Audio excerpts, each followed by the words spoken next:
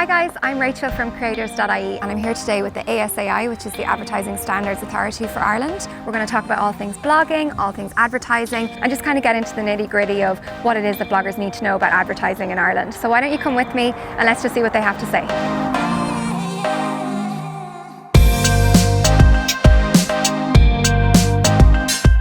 So Orla, maybe you tell us a little bit about the ASAI and kind of what you do on a day-to-day basis. Sure, Rachel. Thanks very much for coming down to talk to us. So ASAI, we're set up to enforce the highest standards in advertising to ensure that people know when they're advertised to, and we have a code of standards. So what we do on a day-to-day basis is make sure that people comply with the code, that advertisers comply with the code, and obviously now that bloggers comply with the code. So it's very interesting. We deal with all product categories, all media, and obviously advertising is such a creative and exciting industry. Yeah. It's a good place to be in. We just kind of want to figure out what exactly is sponsored content from your perspective. Well, from our perspective, what we're concerned about is whether something is commercial communications. Now, that can be many things. It can be a paid-for ad, a single once-off ad. It can be content that's been created by a blogger because they're working with a brand who's asked them to create content over a period of time. So for us, the question is there a commercial relationship? Is there payment, which can be payment in kind or cash or free gift? And is there control? Is the blogger obligated, because of their engagement with the advertiser or the brand, to create certain types of content, to post it in certain places? So that sponsored content and advertising content would both fall into that particular type of scenario. I suppose sponsored content would probably be that content that is a little bit longer tailed, but it's still commercial communication, so we wouldn't make a huge distinction between them. Our question is it commercial? Is there a commercial relationship? Is there obligation to create the content? Okay. So you mentioned about if there's a commercial relationship, if it's gifted. I think that's where there's a grey area. So obviously if a brand is paying you to post about their content, it's commercial content. But if they give the blogger something, whether it's a product or a stay at their hotel or a meal in their restaurant, if that's gifted, it is considered commercial. Exactly, yeah. So for us, payment can be lots of different things. It's when there's an exchange of value. Okay. So that can be straightforward cash, it could be a benefit in kind, it can be free product. So that's the payment part. Yeah. Where you get free product and there is control, there is that obligation, that's an ad. If a blogger is sent free product and there is no obligation to do anything, they're just being sent it, well then that's not an ad for the purposes of our code. Okay. But we are aware that the Competition and Consumer Protection Commission would expect that the fact that it's gifted be declared, but it's not an ad for our code. So once it's not an ad, well then none of the other rules come into play. Yeah.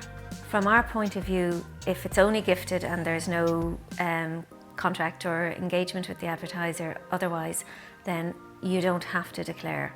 Okay. But there is consumer protection legislation, which we're not an expert on, but our understanding is that the CCPC, the Competition and Consumer Protection Commission, do expect there to be declaration when someone has received something for free.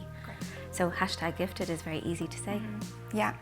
So moving on to hashtags then, obviously you've got hashtag ad, hashtag SP, hashtag SponCon, hashtag collab. I can't think of all the others. But is there one specific, like do people have to use hashtag ad, or once it is obvious that it's been gifted or it's a partnership, is there a specific saying that has to be said? Not for us, no. What we've said is as long as it's clear, then we're happy, as long as it's stated clearly upfront, it's visible, it's legible, people don't have to guess. Well then we're happy enough. Other countries have taken a different approach and might only allow one particular declaration, but for us at the moment, we're happy as long as it's clear. So hashtag ad, or just even ad, or SP, we're okay with that. We've seen I work with, brand ambassador, if someone is a long-term brand ambassador, we're happy with that as long as it's done in a way that's very transparent. Okay. So even if they were, say if it's like on Instagram and the blogger says, literally, I'm working with X brand, does that cover them, or do they still have to have an extra declaration? No, we think that makes sense. Like if I'm working with someone, well then there's a contractual relationship. Yeah. Generally speaking, you don't work with someone for free unless you're a volunteer for a charity. True. Does that translate across to all the different platforms and all the different ways that bloggers work with brands? So if they're posting a blog post, does it have to be in the title of their blog that it's sponsored? Does it have to be at the top of the article, at the bottom? Is there regulation around that? The code rule is that it must be immediately apparent. Okay. So for it to be immediately apparent, it means it has to be the first thing that consumers see, essentially. So at the bottom of an article, that's not clear. Yeah. It has to be at the top. It has to be, and again, you know, each individual blogger will know the content that they're creating and where they're creating it. So it isn't a case that there's a hard and fast rule for every single platform, but you have to look at what you're posting and say, okay, when people see this, what are they going to see? So if I need to put it in the title, well then that's where it needs to be. Yeah. If I'm linking to it from another platform, then I need to say it there as well, so that people, when they're linking into content, they already know what they're going to engage with. Perfect. I actually was going to ask you that about the likes of YouTube. So does a YouTuber have to put it in the title of their YouTube video? Is their opening line, you know, I'm working with this brand, everybody, like, is that where you're That's saying? where you need to have it, yeah. Now, I mean, we know sometimes there can be content that not all of it will be an ad. So say, for example, if a YouTuber has created content and 20 minutes into it, there's one section that's an ad. Yeah. Well, then at that point, they need to say that it's an ad. Okay. But if the whole thing is an ad, then they need to say it at the very beginning. Okay.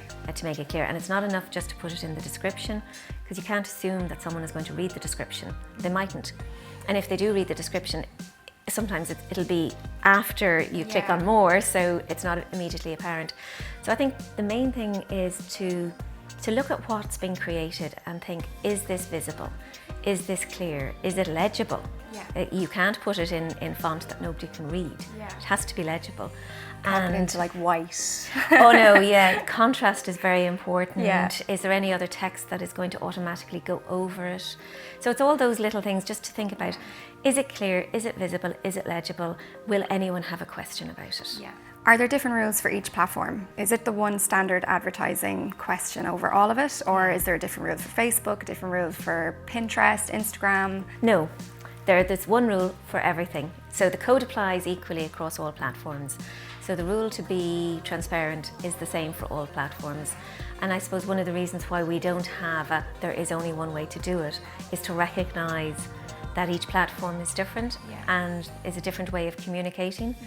So rather than prescribe there is only one way, we're happy to let things evolve into, you know, could be, as we talked about, ad or SP or collab, as long as people do it in a clear, visible, transparent and legible way at the beginning. Okay. And I think as well it's important that people don't assume that if you've created content on Instagram that people will know, because you've created content on Instagram that is an ad, that they will know that it's an ad on other platforms. Yeah.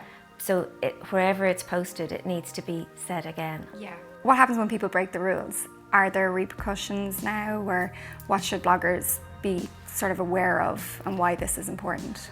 ASAI code prescribes that when we investigate something and we feel that a rule is broken, we bring it to our complaints committee and they decide whether or not the code is being breached. And their adjudications are all published. And so it's called the name and shame sanction. And it's actually really important for brands and for bloggers because it's about reputation. Yeah.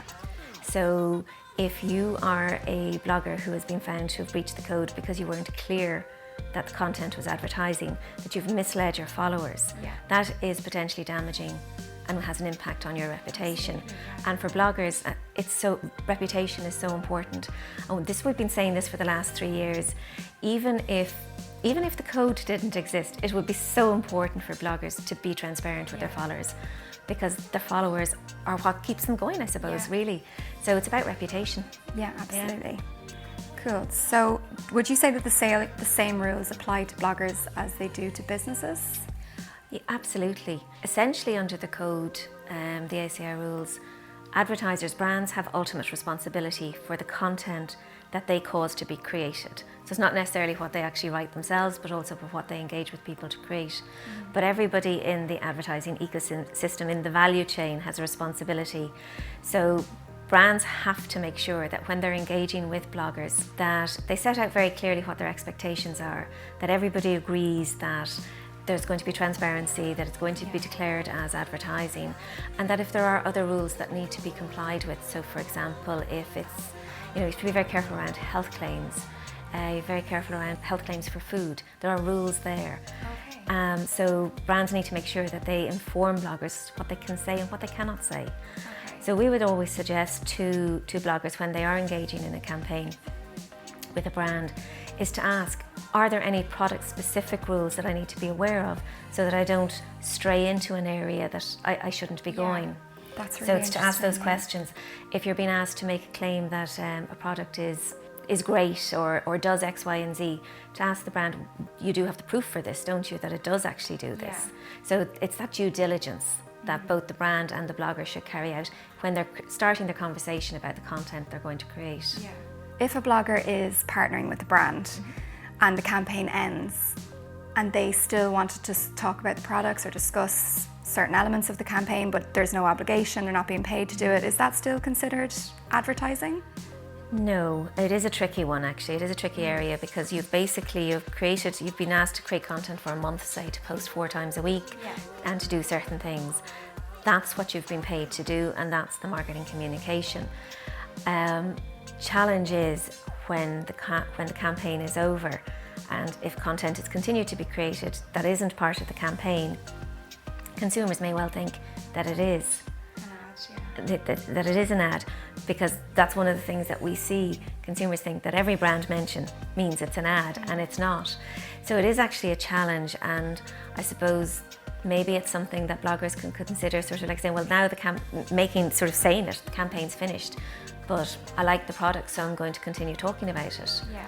I know in other countries they've an approach that for a certain number of months after the campaign is finished, it still has to be declared. We haven't taken that approach as yet, but maybe it's something that bloggers themselves should think about, making that distinction between when the campaign finishes and they're back into their own content. And does that apply then if they've been paid to post just on their blog and they decide to talk about it on social media? Do you think that needs to be specified? That is an area that can again cause confusion, but we have had an adjudication that says where you actually create content that's where the ad is.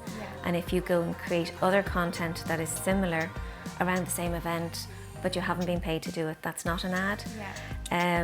It is an area for caution though, because consumers think any mention of a brand is an ad. So yeah, one to watch I think for the future. Yeah, definitely. Okay, so competitions, obviously if there's a commercial relationship, it's the same rules. You still need to declare that it's a partnership or a collaboration or an advertisement. What are the different terms that a blogger can include in a competition? So there's definitely there's some skepticism out there about whether you can like this post to enter the competition, tag your friend to enter the competition, share with your followers to enter the competition, because a lot of bloggers do use competitions as a way to boost their following, which is perfectly fine. But is there some sort of a rule around that? Because we did get asked the question, can you do that? Can you ask people to like your page to be entered into a competition where they're going to receive something? Yeah, there's no prohibition on that in the code.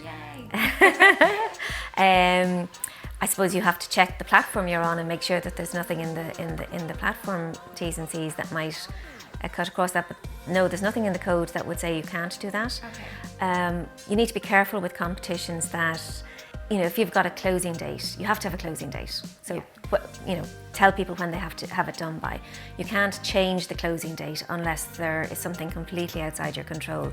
So the fact that only 2 people entered is not a justification for extending the closing date.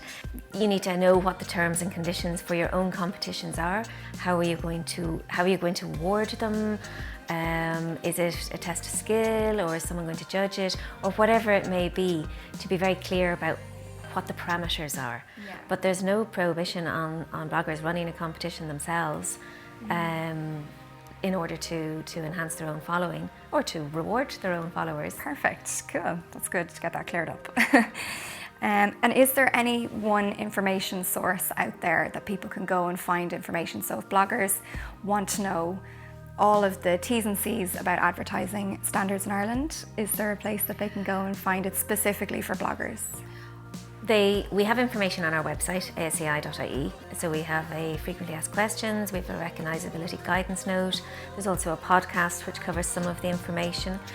The challenge, I suppose, is that when we talk about bloggers and the interaction with the code, it does tend to be around, do they declare it's an ad or not? Mm-hmm. But obviously if something's an ad, then there's a lot more rules that need to be complied with. Yeah. It is for the brands to make sure they know what those rules are and that they can advise the bloggers, again, what to say, what not to say. But there is a code of standards if anyone is interested in actually looking at the individual rules. Mm-hmm. I suppose a rule of thumb would be, don't mislead, be honest, be transparent, don't create content that is likely to cause offence or fear or distress to your audience. And make sure you know the product specific rules. And I think if that's the approach that is taken, they should be fairly safe. We do have a copy advice service, copyadvice@asai.ie. So if a blogger or a brand has a particular question about a particular product category or a particular type of promotion or advertisement and they want to get some advice, they can ask us. It's non-binding. There's no charge, it's confidential, so we don't tell anybody else that the question has been asked, so there are no stupid questions. If people want to utilise that service. Brilliant. Is there anything else that you think that we should cover, that we should speak about? Well, I think one of the areas that we have noticed is that consumers think that all blogs that mention brands are advertising. So when we get complaints, we do actually do our own due diligence and we check whether or not there's a commercial relationship. And where there's not, we just tell the consumer that's not something that we can deal with, it's not an ad.